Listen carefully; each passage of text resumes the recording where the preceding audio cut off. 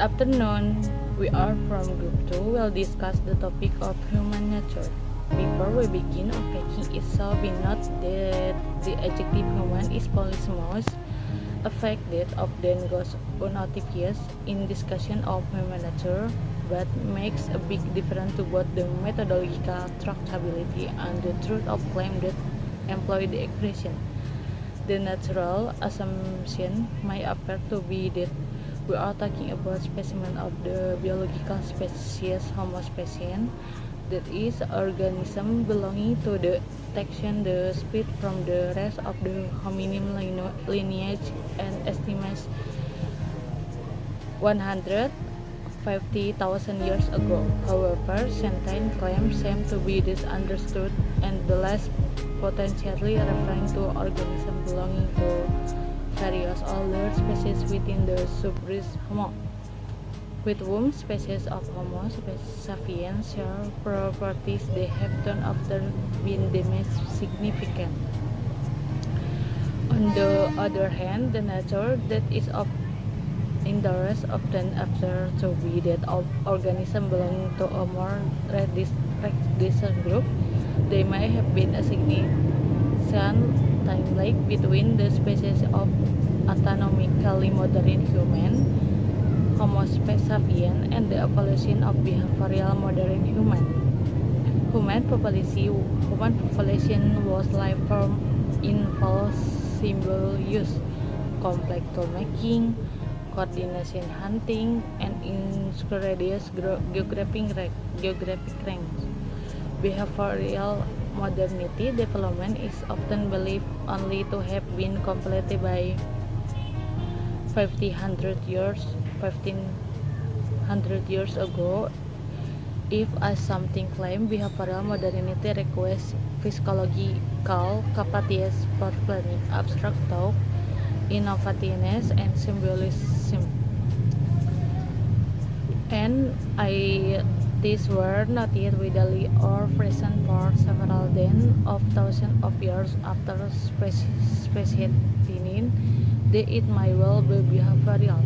Rather than autonomously modern human was nature is of interest to many theorists. Perhaps the regression might be drawn even tied to include on contemporary human, that is, those specimens of the species who, since the introduction of agriculture around 12,000 years ago, developed the skill and capacities necessary for life in later century evolved and hierarchical group. It was, after all, a Greek living less than 2.5 millennia ago within shock a sedentary, hierarchically organized population structure. We could have had no conception of the prehistory of the being he called anthropy, whose thought and their nature have been the seed for the history of philosophical reflection on the subject. It seems highly like that without the influence of Aristotle, discussion of human nature will not be discussion at all until today. Thank you. The support of properties that have traditionally been taken to support the classificatory practice reveals to be 5 are intrinsic to the individual organisms in question. Moreover, they have been taken to be able to fulfill this role in the virtue of being necessary and sufficient for the organism's membership of the species essential in one meaning of the term. This view of special membership and the essential view of species themselves has been infusively double typological thinking, because the term essentialism occurs with different meaning in this section of human nature, and because some of the theoretical claims to summarize it are assumed to be Aristotelian in origin. In its worth spending a moment here to register what claims can be singled out by the expression. The first purely classificatory conception, just this concept, could be discussed from a second view that is also frequently labeled essentialist, and which goes back to Lacan's concept of real essence, an account of human nature that is essentialist in this sense would take the nature of the human nature kit to be a set of microstructural properties that have two rules. First, they constitute an organism's membership of the species Homo sapiens.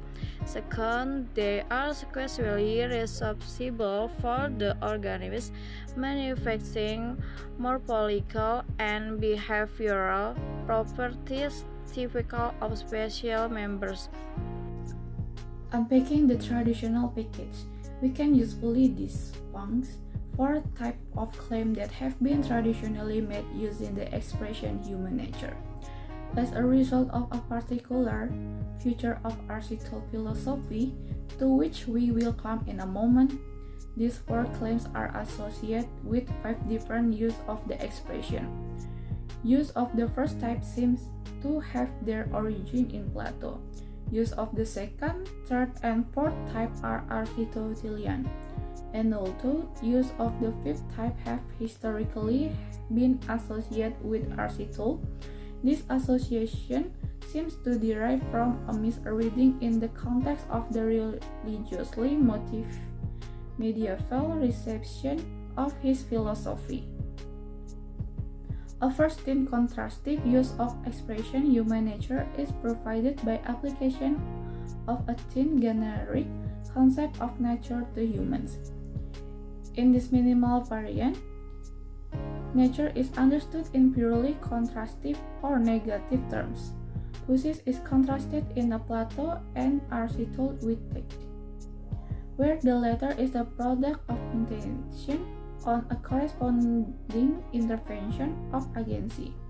If the entire cosmos is taken to be product of divine agency, then as Plato argued, conceptualization of the cosmos as a nature in this sense are mistaken. Absent divine agency, the type of agent whose intentions are relevant for the status of anything as nature are humans' agents. Applied to humans, then his concept of nature pick out human features that are not the result of humans' intentional action. Thus understood, human nature is the set of human features or process that remain after subtraction of the speak out by concept of the non-natural concepts such as culture, nurture, or socialization. A second component in the package supplies the thin concept with substantial content that confers on an explanatory power. According to Aristotle, natural entities are those that contain in themselves the principle of their own production or development, in the way that acorns contain a blueprint for their own realization as oak trees.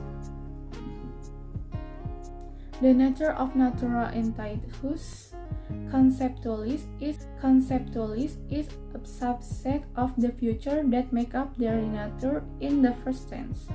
The humanification of his explanatory concept of nature aims to pick out human future. They similarly function as blueprint for something like fully realized form. According to Aristotle, for all animals, that blueprint is the soul. That is the integrated functional capacity that characterizes the fully developed entity. The blueprint is realized when the body has attained the level of organization required to instantiate the animal's living function. A terminological complication is introduced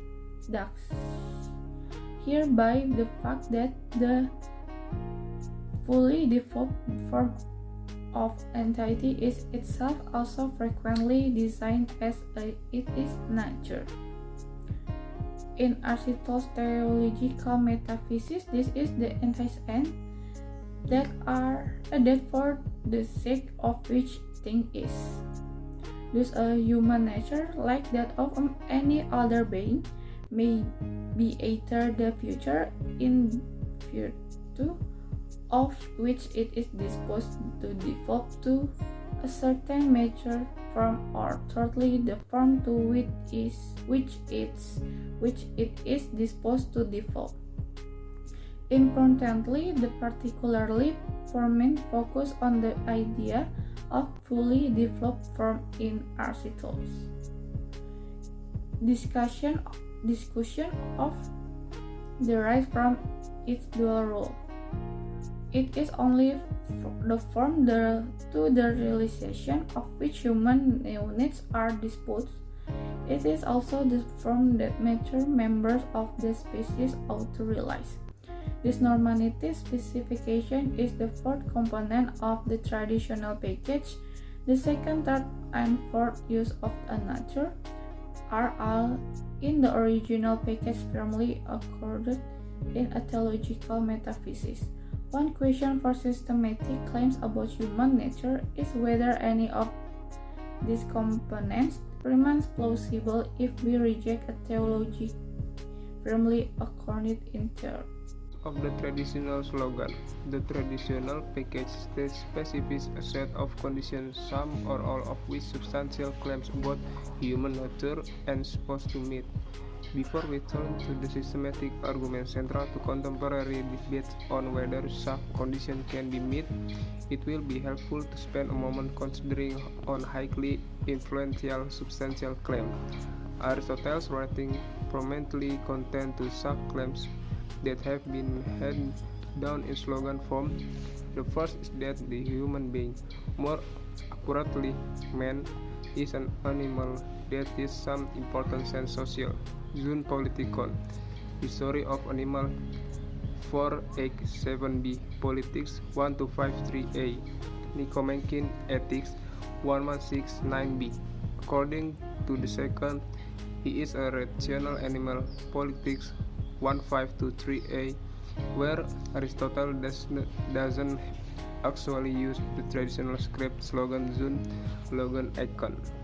Aristotle makes both claims in very different theoretical context, the one hand in his zoological writing and on the other in his ethical and political work.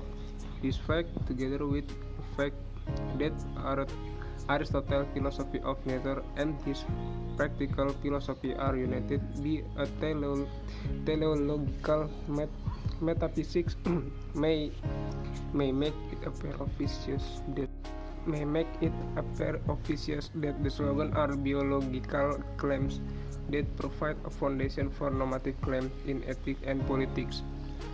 These Aristotelian claims raise the question as to whether the ascription of rationality is even intended as an script to an individual in as far as she or he belongs to a biological kind. The answer might appear to be obviously affirmative. Aristotle used the claim that a higher level of reason is characteristic of human to logically explain other morphological features, in particular of bracket and the morphology of the hands, part of animal 6x6x and 6x7a. However, the kind of reason at issue here is practical intelligence, the kind human and animals share, not the capacity for mathematics and metaphysics, which among animals is exercised exclusive by humans.